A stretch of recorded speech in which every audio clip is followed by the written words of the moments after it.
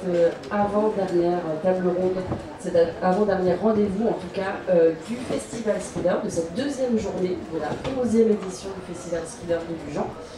Il devait être deux normalement pour parler de critique sociale à travers le polar, mais Michael Manson a malheureusement annulé sa venue au festival, donc ça va être un tête-à-tête avec vous, Hervé Commer. Bonjour. Bonjour. Vous êtes romancier, auteur de nombreux romans policiers à succès, vous avez été primé plusieurs fois. Votre dernier livre, Dernier cri, aux éditions Fleuve Noir, c'est le 9e je crois, le 8e. Il ne sait plus encore plus peut-être. Le 9 ou 10e. Ah, c'est ça. Lui aussi, il a déjà reçu 2 prix, je crois, 3 prix. J'en ai eu un la semaine dernière. Ah, c'est pour ça. Il n'est pas encore noté sur Wikipédia. Dernier cri, c'est un polar social qui brosse un portrait de la France et de ses fractures, on en reparlera. Mais c'est avant tout l'histoire d'Étienne Rosier, un ancien flic devenu lobbyiste, qui se retrouve un peu au mauvais endroit au mauvais moment. Il passe une nuit d'adultère avec une journaliste qui se fait mystérieusement tuer. Et donc il devient forcément le coupable idéal, le suspect numéro 1. Et pour ne pas se faire attraper et pour prouver son innocence, il décide de partir en cavale et de mener sa propre enquête. Racontez-nous qui est Étienne Rosier. C'est un peu un anti-héros au départ. On l'aime pas trop. En tout cas, moi je ne l'aimais pas beaucoup au début. Ouais, alors moi non plus. C'est oui, c'est un anti-héros si on considère qu'un héros doit être un personnage sympathique. Effectivement, dans ce sens-là, c'est un anti-héros. Moi, dans tous mes précédents romans, j'ai mis en scène des personnages qui me ressemblaient au moins un petit peu. Enfin, en tout cas, auxquels moi j'avais envie de m'identifier. En imaginant que mon plaisir d'écriture, dans ce sens-là, communiquerait au plaisir de lecture au lecteur. Le temps passant, et les différents romans, écrivant différents romans, j'en suis arrivé avec Dernier cri à oser mettre en scène un personnage antipathique. Alors peut-être qu'il ne sera pas antipathique aux yeux de tout le monde. Hein. Il n'est pas totalement. On ne peut pas dire direct qu'on ne l'aime pas, mais bon, on se dit quand même, il aime un peu. C'est quelqu'un qui n'a pas de scrupules, en tout cas. C'est un homme de 50 ans qui, après avoir été longtemps policier, peut se targuer d'avoir risqué sa vie pour la communauté et qui, d'année en année, a perdu plusieurs de ses illusions, voyant que finalement le monde aujourd'hui c'est chacun pour soi. Un jour on lui a fait une proposition qu'il n'a pas refusée. Il a quitté la police, il est devenu homme de main pour un cabinet de lobbying pour lequel il effectue toutes les basses œuvres. C'est-à-dire que Étienne Rosier peut se retrouver face à son interlocuteur dans un ascenseur et lui parler à 10 cm pour le convaincre de quelque chose. Il peut mettre de la drogue dans le verre d'une journaliste, faites attention.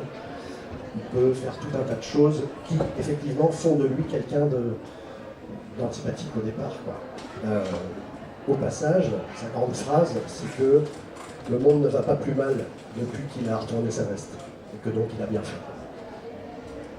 Alors que le roman commence, comme vous le disiez, Étienne Rosier passe une nuit avec une journaliste. Il est le coupable idéal quand on retrouve la journaliste assassinée. Étienne Rosier est un homme d'action. Moi, si ça m'arrivait, je ne réagirais pas comme ça. J'irais voir la police directement et je m'écroulerais, je pense. Étienne Rosier, lui, il n'est pas comme ça. Étienne Rosier, il mène l'enquête lui-même et pour prouver son innocence, il va démasquer lui-même le coupable. Voilà. C'est comme ça que ça commence. Ouais. Et donc l'autre personnage central, en tout cas au début du livre, même si elle meurt dès le début, c'est son amant d'un soir, Anna Dufossé. Alors ce personnage, il est essentiel puisque Étienne va retourner sur ses traces pour mener son enquête à elle, qu'elle menait en tant que journaliste.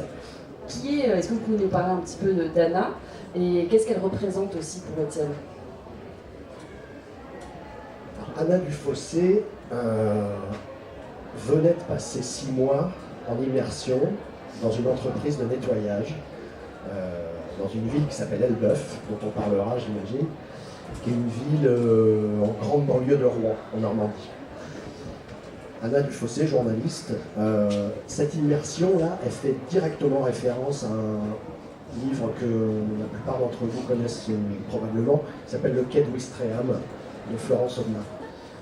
Pour ceux qui ne connaissent pas, Florence Aubenas, une journaliste française, a passé plusieurs mois anonyme en fait, parce qu'elle n'a pas un visage connu, en tant que femme de ménage sur les ferries qui font la traversée entre la France et l'Angleterre. Et elle en a tiré un livre qui s'appelle Le Quai de Ouistreham, qui est formidable. Personne ne raconte la vie de ces gens-là, puisque ces gens-là n'ont pas le temps d'écrire de toute façon, et puis s'ils en avaient le temps, je ne sais pas s'ils en auraient l'envie. En tout cas, voilà, elle en a tiré un livre exceptionnel. Moi, ma journaliste, je parle de Florence Aubenas parce que la référence est évidente. C'est une journaliste d'investigation qui vient de faire ça, qui vient de mener cette enquête, et Étienne Rosier suppose qu'elle avait, durant son enquête, découvert quelque chose qui a causé son assassinat. Donc, à son tour, il va tenter de le découvrir. Ce qu'elle représente pour lui, par ailleurs, c'est qu'ils se connaissent depuis très longtemps. Ils étaient copains au lycée. Étienne Rosier étant... Comment dire? On va prendre dans l'autre sens. Anna Dufossé étant, au lycée, la plus belle fille du lycée. Voilà, celle dont tous les mecs se souviennent 20 ans plus tard. Et Étienne Rosier étant, lui, à l'époque, pas un des plus beaux mecs du lycée, ni un des plus drôles, ni un des plus intéressants, etc. Quand il retombe sur elle à 50 ans, elle est devenue une brillante journaliste. Lui est devenu l'homme que je vous ai décrit précédemment. Et il se sent le courage de l'aborder frontalement, comme il en était incapable à l'époque. Et contre toute attente, le désir est réciproque. Et c'est comme ça qu'ils se retrouvent à passer une nuit à l'hôtel. Voilà. Ils étaient au lycée ensemble, vous disiez, ils étaient au lycée ensemble à Rouen, à côté d'Elbeuf. Et donc Elbeuf, cette ville dans laquelle Anna Dufossé même a mené son enquête, et qui est aussi du coup la ville d'origine d'Étienne Rosier, puisque lui il vient de cette petite ville en banlieue de Rouen. Et si je ne me trompe pas, vous venez vous aussi de cette ville d'Elbeuf. Pourquoi vous avez voulu parler de votre ville natale? Elbeuf, ça pour le coup c'est une ville que sans doute vous ne connaissez pas, mais c'est une ville comme il y en a un petit peu partout en France. C'est-à-dire qu'il s'agit d'une ville de 16 000 habitants qui a été très riche du fait à Elbeuf de l'industrie textile qui faisait travailler toute l'agglomération. Et l'industrie textile, comme chacun sait, a disparu complètement de France, mettant tout le monde sur le carreau. Elbeuf, c'est une ville où donc moi j'ai grandi, où j'ai passé ma vie de 0 à 20 ans, où mes parents étaient commerçants. C'est une ville aujourd'hui très pauvre. Sur 16 000 habitants, je crois que 93% des foyers fiscaux déclarent moins de 30 000 € de revenus sur l'année. Le foyer fiscal, c'est le couple. Donc c'est très peu. Elbeuf, moi, c'est une ville dont j'ai toujours entendu du mal. Mes parents, commerçants là-bas, nous ont toujours dit, à mon frère, ma sœur et moi, et à plein de gens, que nous, on n'était pas des Elbeviens. Je pense aussi que ce genre de discours, il y en a partout en France. Il y a des rivalités entre telle ville et telle ville. Ouais, mais là-bas, ils sont moins bien. Nous, on est mieux. Enfin, ça, c'est un truc un peu absurde, mais qui est très répandu. Me concernant, c'est un discours qui m'a imprégné, donc, et que j'ai, dans le même temps, toujours trouvé un peu absurde. Je me suis toujours dit, mais si, moi, je suis un Elbevien, parce que je suis né là. Je suis français. Je suis français parce que je suis né en France. Je suis Elbevien puisque je suis né à Elbeuf. Bon, donc j'ai vécu un peu avec ce paradoxe-là, mais tout en me disant quand même que Elbeuf, j'en partirai dès que je pourrai et que j'y reviendrai pas. C'est ce que j'ai fait finalement. Mon frère et ma sœur, pareil, ils ont quitté Elbeuf, ils ne sont jamais revenus. Et quand la retraite est arrivée, mes parents ont eux aussi quitté Elbeuf et n'y ont jamais remis les pieds. Cette idée que cette ville ne produit que des gens un peu sales, un peu bêtes, un peu pas bien, me déplaît profondément. Et j'avais envie vraiment de régler un compte, ça c'est un truc personnel, de régler quelque chose là-dedans, avec cette histoire. Et donc j'ai choisi de situer l'histoire de mon roman à Elbeuf, en imaginant ce personnage, là, Étienne Rosier, qui a fui Elbeuf, avec vraiment l'envie de ne jamais y remettre les pieds, donc comme moi je l'ai fait à l'époque, hein. Là il y revient contraint et forcé. Ce qui va se passer pour Étienne Rosier, c'est que contraint et forcé, il va se rendre compte que bon, finalement les gens ne sont pas si mauvais que ça là-bas, et surtout qu'ils n'ont pas le choix, que les conditions de vie qu'on a parfois, si on avait le choix, on ferait autrement, c'est sûr. Moi j'ai découvert quelque chose en faisant toutes mes recherches pour l'écriture de ce roman. Elbeuf, c'est une ville dans laquelle on voit en plein d'endroits de très belles et grandes maisons, une espèce de petits châteaux qui sont bien souvent soit à l'abandon, soit reconvertis en salles municipales, en centres de formation, en EHPAD. Il n'y a plus personne qui vit dedans. Ces maisons-là, qui étaient les maisons de patrons de l'industrie textile, au moment où les industries textiles ont fermé, les gens qui les habitaient en ont fait cadeau à la ville et sont partis. Il n'est resté que les pauvres. Et ça, c'est la vérité, hein. C'est pas une façon de raconter l'histoire et tout.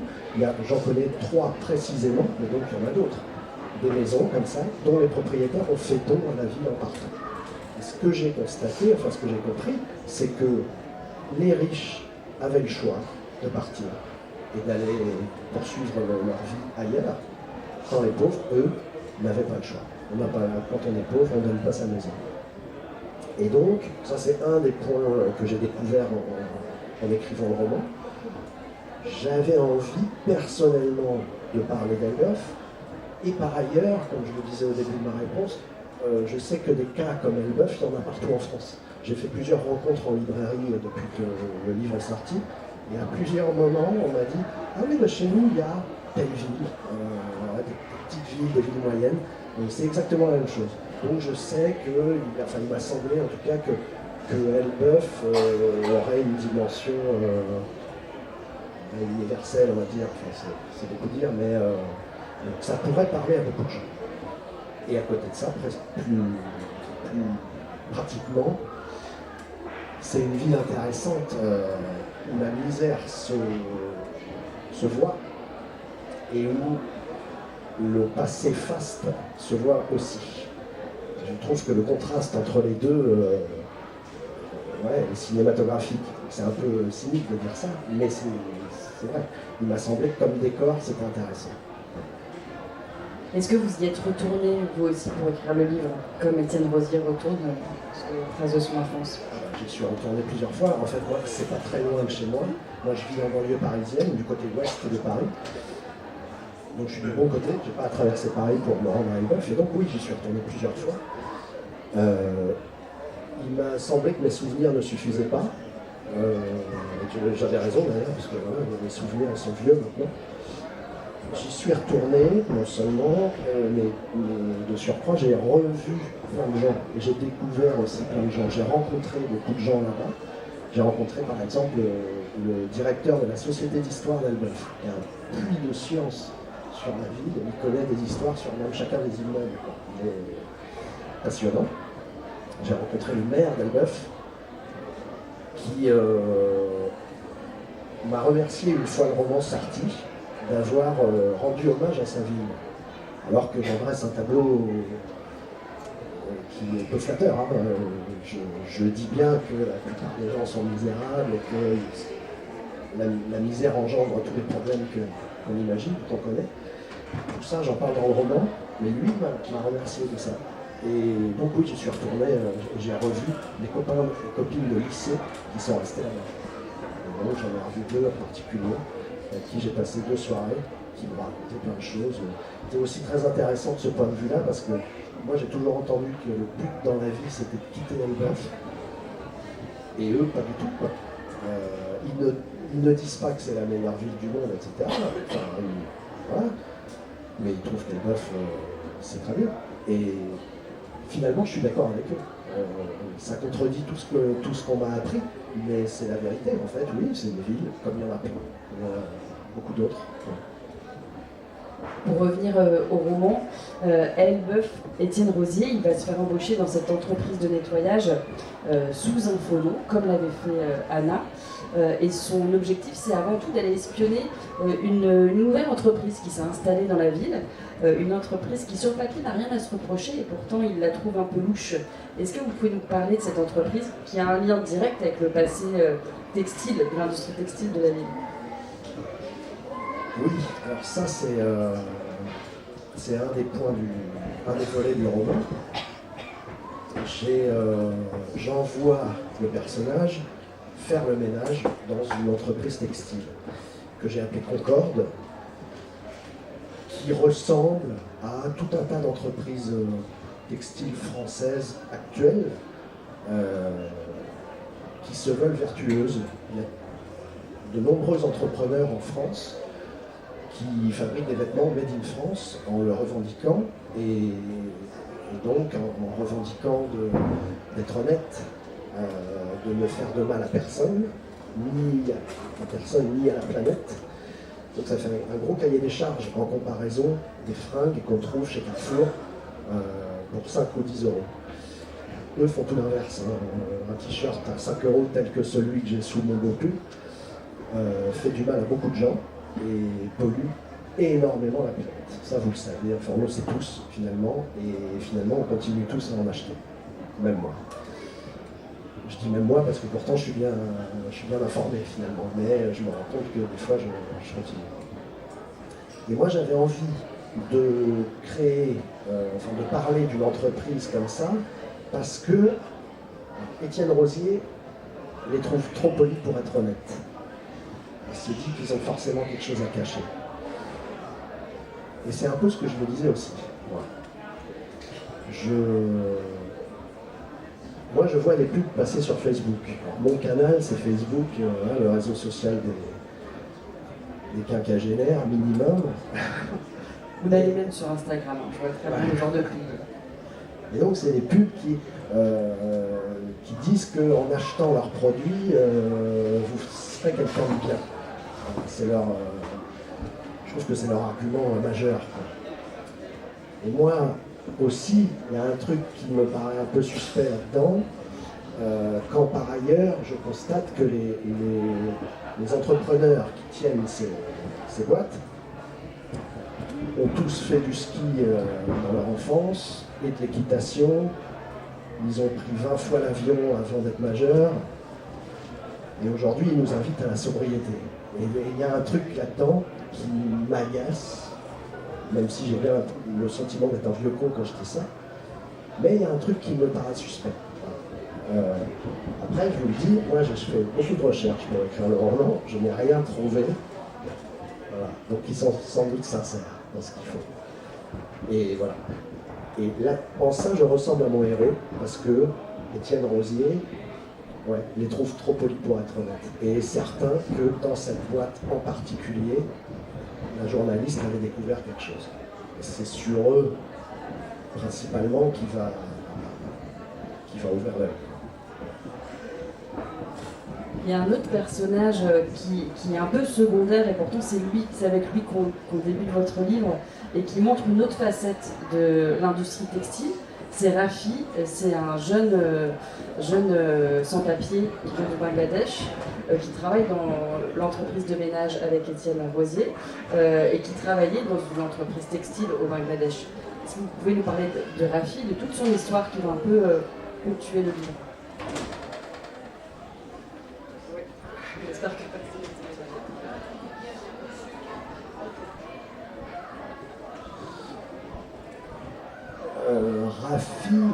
Rafi, c'est un sans-papier qui vit en France, qui est en France,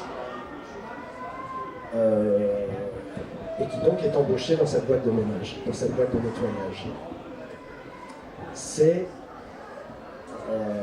encore plus un travailleur de l'ombre que les autres.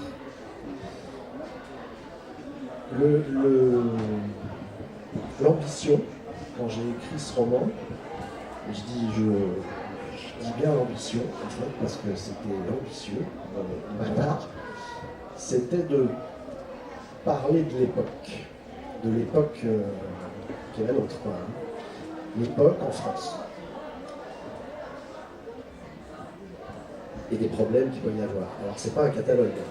Il y a plein de problèmes dont je ne parle pas dans le roman. Mais un des thèmes majeurs étant les travailleurs de l'ombre, les travailleurs pauvres, les travailleurs de l'ombre, les conditions de travail qui sont pourtant légales, qu'on impose à certaines personnes, qu'on ne voit quasiment plus, en fait, parce qu'on leur fait faire le ménage la nuit. Et donc, quand on arrive, le bureau est tout propre. Rafi fait partie de ces gens-là. Moi, je connais le sujet un petit peu pour avoir logé chez moi des sans-papiers. Avec ma femme et mes enfants. On a accueilli à plusieurs reprises des sans-papiers pendant une semaine. Et plusieurs m'ont raconté leur histoire. Comment ils en étaient arrivés là, ce qu'ils étaient venus faire chez nous et quels rêves ils poursuivaient en faisant ce long chemin. Et l'un d'eux en particulier m'a dit et puis j'ai vu, ça a duré des semaines, il est venu plusieurs fois chez nous. J'ai vu quelle déception il vivait au quotidien. Quel Eldorado il pensait que l'Europe était et quelle difficulté il avait à vivre en France en ayant le sentiment que tout lui était hostile. Et il n'avait pas tort, hein, parce qu'on cherche à prouver, ils étaient, précision, les sans-papiers qu'on a logés étaient mineurs. C'était des gamins, quoi, qui avaient 16 ans, 17 ans. Et la difficulté majeure qu'il vivait, c'était qu'on cherchait à prouver qu'ils n'étaient pas mineurs. Et que donc on n'avait pas à les loger, parce que la France a obligation de loger les mineurs. Donc on cherche, plutôt que chercher à les loger, on cherche à prouver qu'il n'y arrive pas qu'on les loge.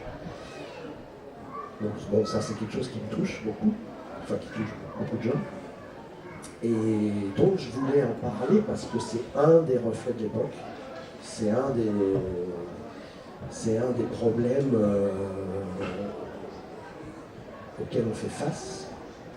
Et en même temps, on fait face, hein, c'est un vrai problème, enfin oui, c'est un vrai problème pour tout le monde. Donc je voulais parler de ça et essayer de dire le fossé qu'il peut y avoir entre ce qu'on dit d'eux, ce qu'on entend d'eux, et ce qu'ils sont en réalité. Ça ne s'applique pas à tous, évidemment. Évidemment, dans les migrants, il y a des tarés, évidemment. Mais pas tous. Voilà. Moi, la première question que j'ai posée dans cette association qui logeait les mineurs isolés, c'est est-ce que ça craint quelque chose? Est-ce que c'est dangereux de loger chez soi un mec qu'on ne connaît pas et qui, si on ne le loge pas, dormirait dans la rue? Bon, c'est pas évident, quoi, d'accueillir chez soi comme ça quelqu'un.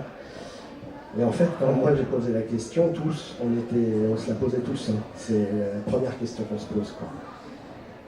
Et la dame qui nous accueillait nous a dit, depuis que l'asso existe, on a logé des centaines de mineurs, donc ça représente des milliers de nuits. On a eu un problème. Un jour, il y en a un qui a piqué la carte bleue de son logeur, qui s'est barré avec, et puis qui s'est fait prendre au premier distributeur. Hein, il a tapé 3 codes faux, et puis voilà, c'était fini. Et donc il y a eu un problème, une fois. Donc nous on s'est lancé, on l'a fait, on en a accueilli plusieurs, on n'a eu aucun problème. C'était un truc dont j'avais envie de parler. C'est un des reflets de l'époque, dont on parle tout le temps. On en parle tout le temps, les migrants. Et ça me semblait intéressant.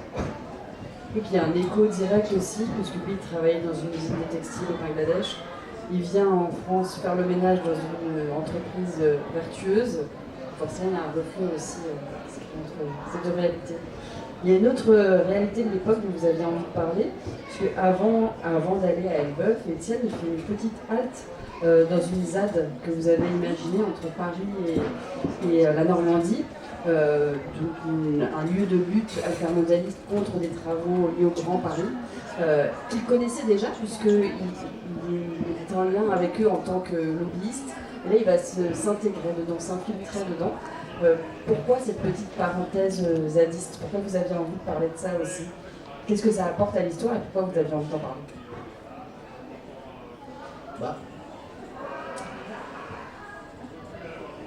Étienne Rosier doit se faire embaucher dans cette entreprise de nettoyage. Il ne peut pas se faire embaucher sous son vrai nom. Il est recherché. Et il est recherché pour meurtre. Il est le premier accusé du meurtre de sa maîtresse. Il est obligé de prendre une fausse identité. Mais une fausse identité qui existe. C'est-à-dire une fausse identité avec un numéro de sécu qui y est attaché. Comme le font les sans-papiers, en fait. Et lui a son idée sur l'identité qu'il doit endosser. Il connaît un mec dont il peut prendre l'identité. Il le connaît comme étant un zadiste, c'est-à-dire quelqu'un qui défend une zone rurale contre l'avancée du béton. Et donc c'est pour conquérir son anonymat qu'il se rend dans cette ZAD et mettre un marché en main du type en question, et échanger les identités et partir et être capable de se faire embaucher. Donc ça, pour les besoins de son enquête, voilà, il a besoin clairement d'une identité nouvelle. À côté de ça, moi, il m'a semblé que faire de ce type quelqu'un qui va se cacher dans une ZAD, c'est le dernier endroit où on ira le chercher. Voilà. Il n'ira jamais dans une ZAD. Il n'ira jamais non plus faire le ménage la nuit dans une entreprise. On m'a dit récemment, votre roman, c'est aussi un roman d'apprentissage. On m'a dit ça. Et alors moi, je n'y avais pas pensé, mais ça me paraît assez juste comme commentaire. Effectivement, j'envoie mon personnage dans des endroits qu'il combat ou qu'il fuit absolument. C'est les derniers endroits où il aurait voulu aller. Et confronter mon personnage à ce qu'il voulait le plus fuir, il me semblait que c'était d'une part intéressant d'envoyer le gars qu'on n'aime pas à un endroit qu'il n'aime pas non plus, et comme ça, ça le mate un peu. Et à côté de ça, je pense que c'était intéressant de confronter les points de vue. Lui, il a ses points de vue, il a ses convictions, que je crois comprendre, en fait.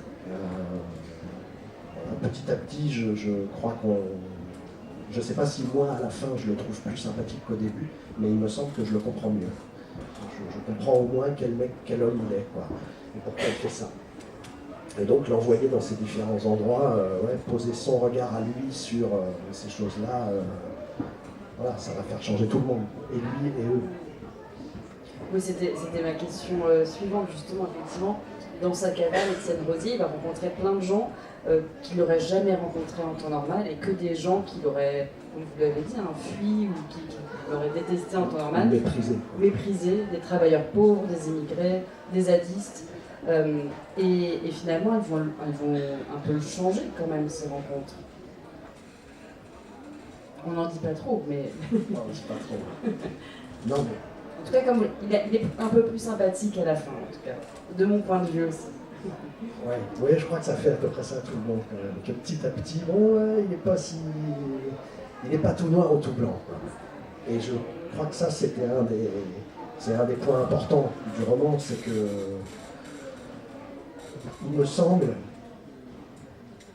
je sais pas si ça fait longtemps ou pas, mais moi j'ai l'impression que plus ça va, en tout cas depuis quelques années, on en veut tous à quelqu'un. j'ai l'impression que les gens, en France, hein, se montent les uns contre les autres. On désigne tous un coupable, chacun de l'autre, d'où la cacophonie, quoi. Et enfin, c'est mon point de vue. J'ai l'impression qu'on en veut tous à quelqu'un, on fait tous la morale à quelqu'un, alors qu'en vérité, on est tous pareils. Et ça fait longtemps que je le sais. J'ai un exemple concret à donner. J'ai un voisin qui n'a absolument pas mes opinions sur rien, sur la vie, sur les étrangers, le travail, les impôts. On est d'accord sur rien, mais on s'entend très bien et on se respecte. Et finalement, on fait plein de choses ensemble. On n'est pas copains, mais on se respecte, oui, et on se rend service. Si on a un service à se rendre, on est absolument là l'un pour l'autre, parce qu'on est, voilà, on est honnête finalement, et je pense que lui a découvert qu'un gars comme moi pouvait être honnête, enfin je suppose. Et moi, je découvre à chaque fois qu'un gars comme lui est aussi un gars gentil. Voilà, que c'est pas un type qui n'a que de la haine pour tout le monde.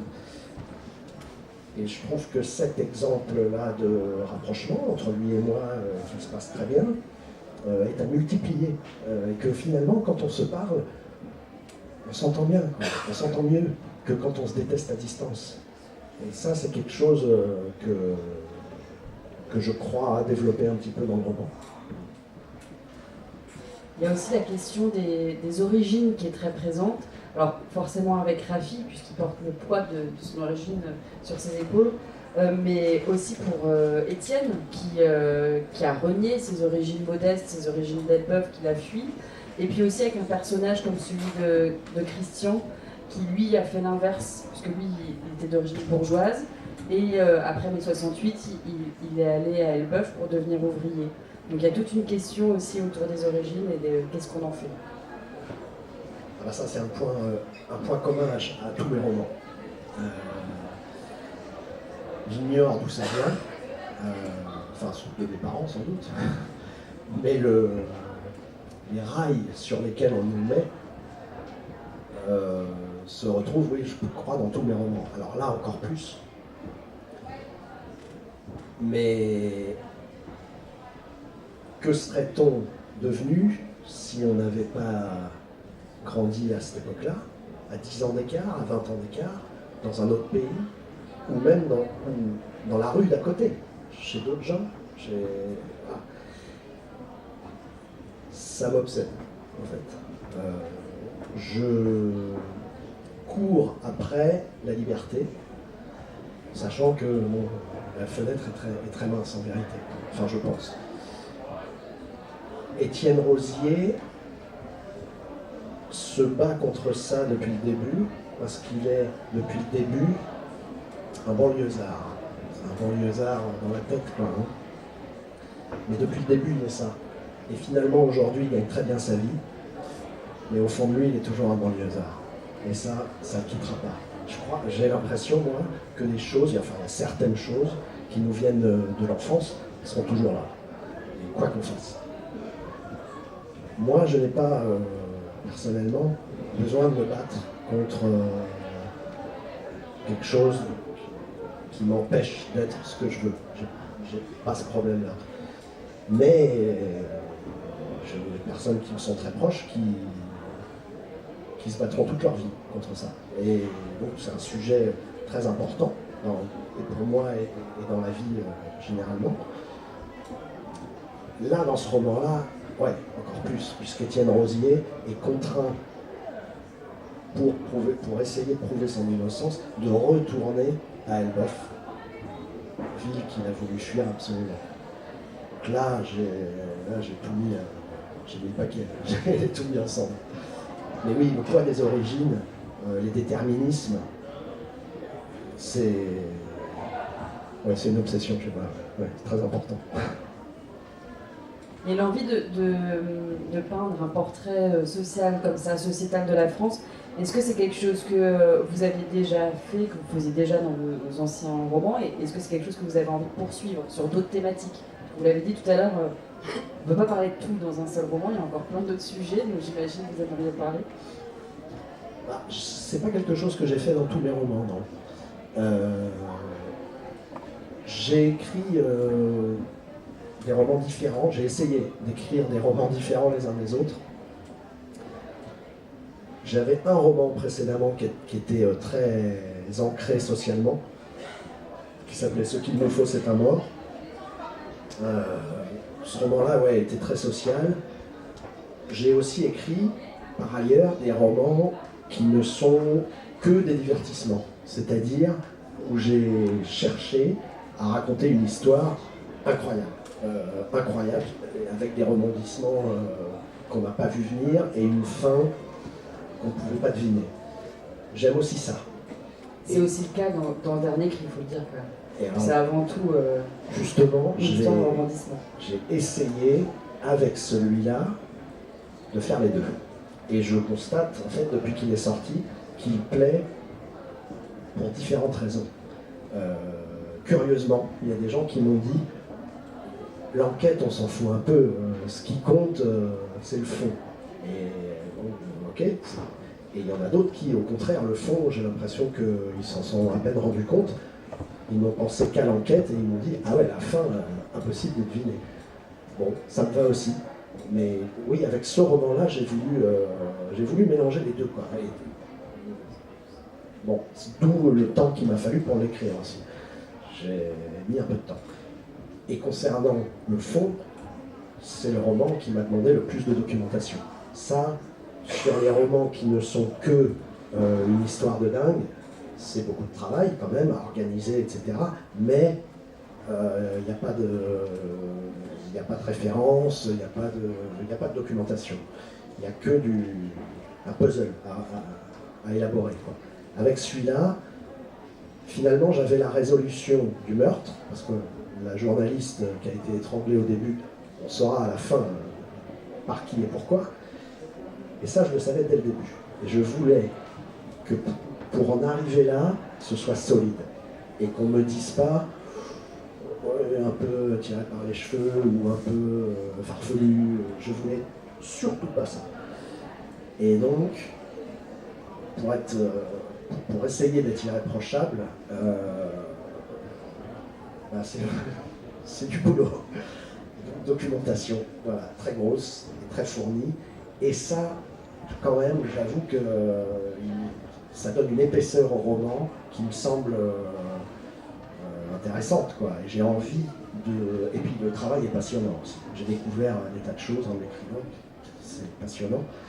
Et du coup, j'ai envie de poursuivre là-dedans.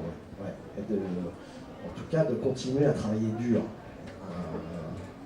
C'est marrant de le dire, hein, mais c'est vrai. Je travaille de plus en plus. C'est pas